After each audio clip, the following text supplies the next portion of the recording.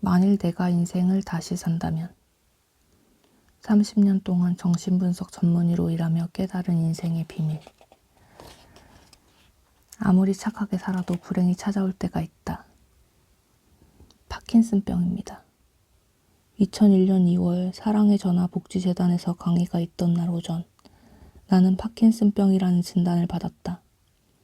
순간 새망치로 뒤통수를 얻어맞은 것처럼 멍해졌고 눈앞에 세상이 얼어붙었다. 그렇지만 강의를 취소할 수는 없는 노릇이었다. 겨우 강의를 마치고 나와 택시를 타려는데 갑자기 눈물이 쏟아졌다. 파킨슨병은 도파민이라는 신경전달 물질을 생산하는 데 조직의 손상으로 인해 손발이 떨리고 근육이 뻣뻣해지며 몸이 굳고 행동이 느려지고 말소리가 잘 나오지 않는 등의 증상이 나타나는 신경퇴행성 질환이다.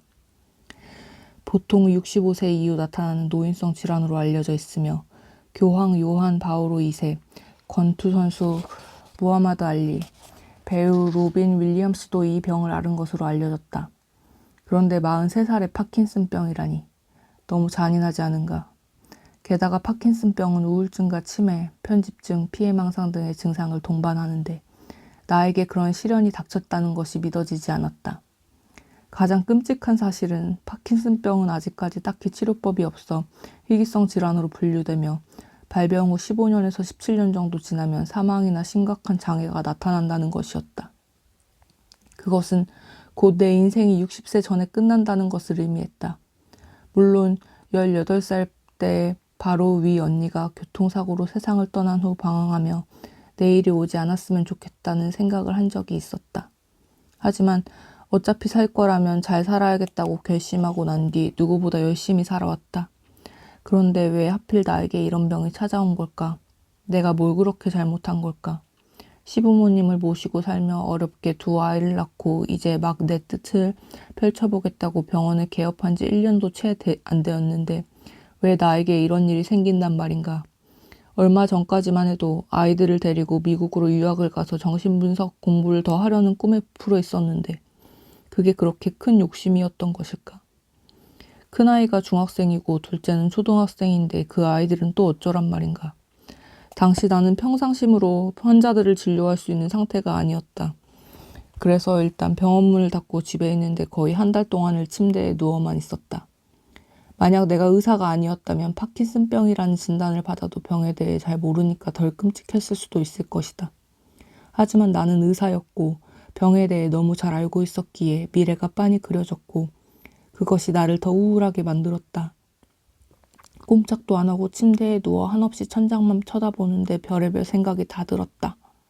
나는 내가 불치병 환자가 되어 의사로부터 몇 년 안 남았다는 소리를 듣는다면 남들과 다른 반을 보일 줄 알았다. 그래도 의사니까 이성적으로 판단해 현실을 빨리 받아들일 거라고 생각했던 것이다. 울고불고 원망한다 해도 병이 사라지는 건 아니니까 말이다. 그러나 나는 남들과 별반 다르지 않았다. 내가 왜 그런 병에 걸려야 하는지 이해할 수 없었고 눈앞이 깜깜했고 현실을 받아들이기가 힘들었으며 세상이 너무나 원망스러웠다. 그러는 사이 우울은 더 깊어져갔고 차라리 이대로 죽어버리는 게 낫겠다는 생각이 들었다. 그러던 어느 날 문득 정신이 번쩍 들었다. 아니 내가 왜 이러고 있지? 나는 그대로인데 단지 달라진 게 있다면 내 미래가 불확실하고 현재가 조금 불편해진 것밖에 없는데 내가 왜 이러고 있는 거야? 내가 왜 오지도 않은 미래를 걱정하느라 현재를 망치고 있는 거지?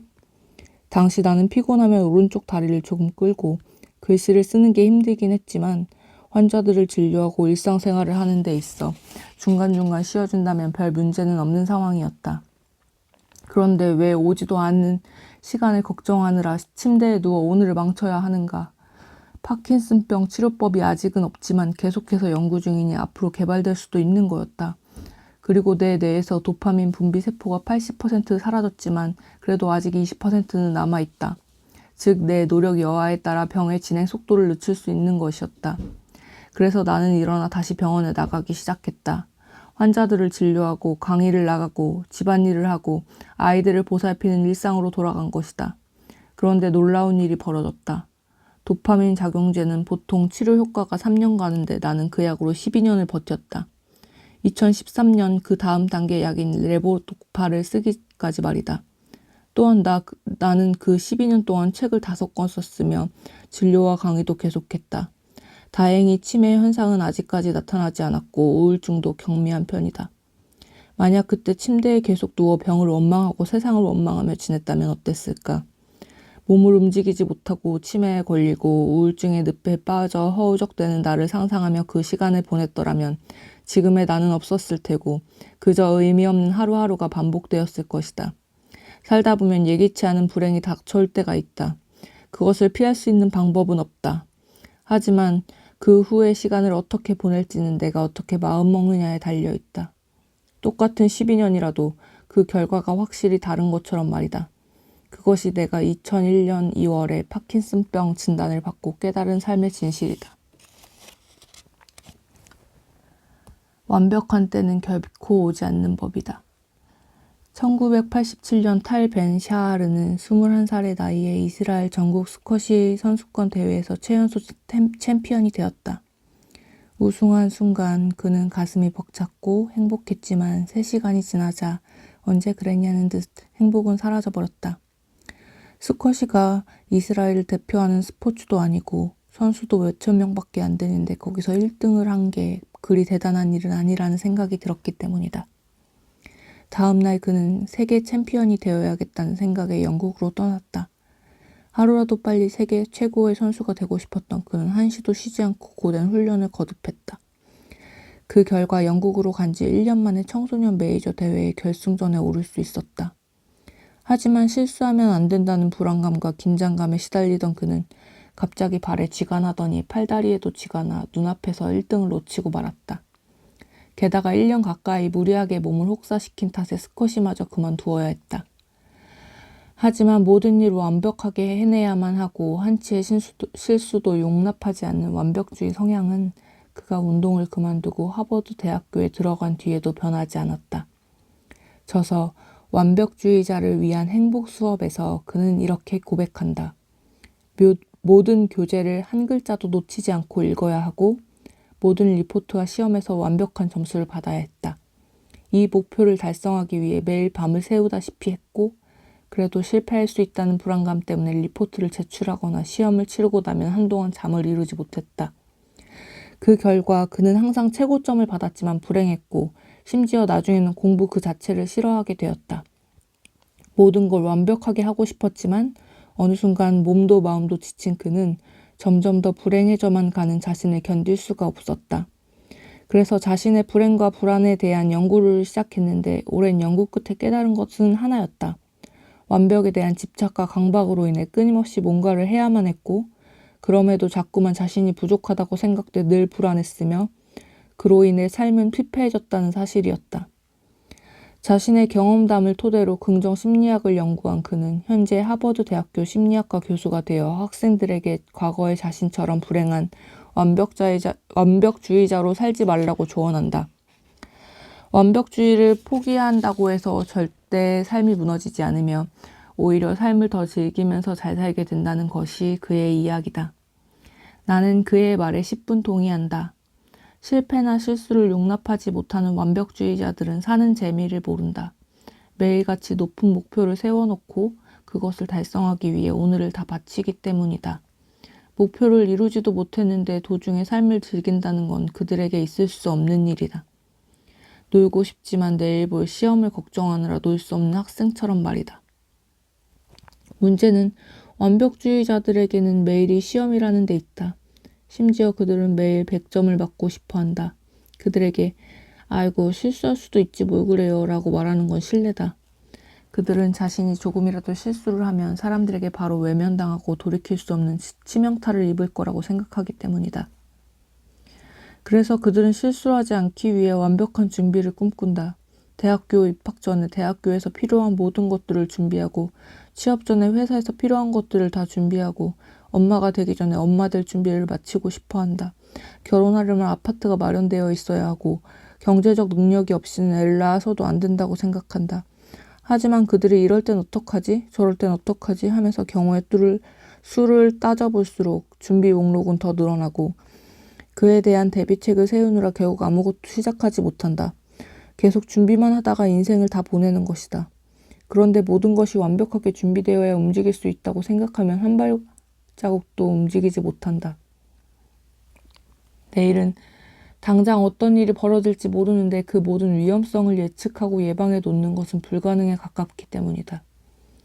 운전면허 필기시험은 60점 이상이면 통과인데 하나라도 틀리면 안 된다는 강박에 시달리며 시험을 준비하는 사람과 60점만 넘으면 되지 뭐 하는 사람의 준비 과정은 다를 수밖에 없다. 그런데 중요한 사실은 60점만 넘으면 똑같이 필기시험을 통과한다는 것이다.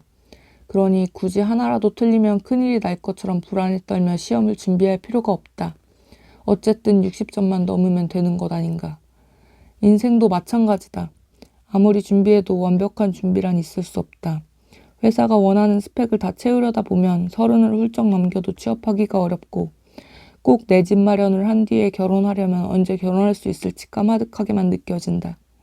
그러니 더 이상 완벽한 때를 기다리지 말고 60%만 채워졌다고 생각되면 길을 나서보라. 어느 날 후배가 한숨을 푹 쉬며 나에게 이야기했다. 집에 없는 게 너무 많아요.